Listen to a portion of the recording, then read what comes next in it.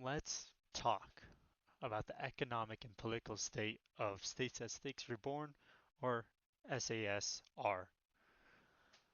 The main players of SASR at the end of episode 19 is Lincoln, Douglas, and Great Jersey.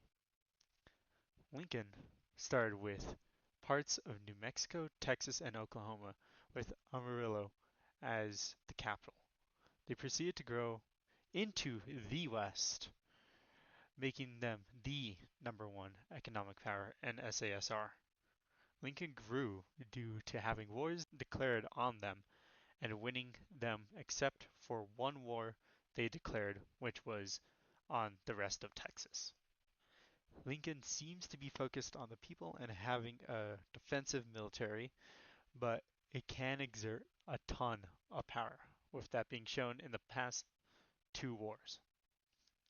Lincoln, by this standpoint, seems to be trying to be like the long dead President Lincoln, but the state seems to be more left leaning than the president. Therefore, it more aligns with Theodore Roosevelt in terms of leftness, but as high as Lincoln, putting Lincoln right here, right there, putting Lincoln right there.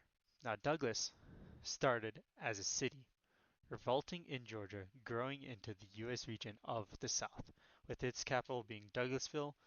Many can argue that it is the number two economic power in SASR, with Lincoln as the first. In modern day, Douglasville is quite split down the middle, and since Douglas is just a big representation of Douglasville, it would be safe to assume that its political beliefs are also around a 50-50. But since it has made itself more of the South, we can assume this has changed, making them more right leaning with a Democratic leader, putting them right here. The state of Great Jersey started as an underdog against a state 100 times bigger than, with it coming out on top. And its position in the north, people could argue that is number two in the SASR economy, but I personally think it lands in third place. In modern day, New Jersey voted Democrat in 2024, but since it has claimed the North, the Sangs have shifted right, making them more Republican. With that, New Jersey lands here.